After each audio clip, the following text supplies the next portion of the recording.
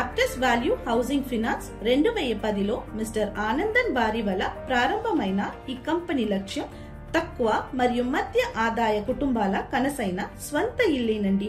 మొత్తం 6 రాష్ట్రంలో 270కు పైన శాఖలు ఉన్న ఈ కంపెనీలో 1,30,000కు ఎక్కువ వినియోగదారులు లోన్ పొందారు.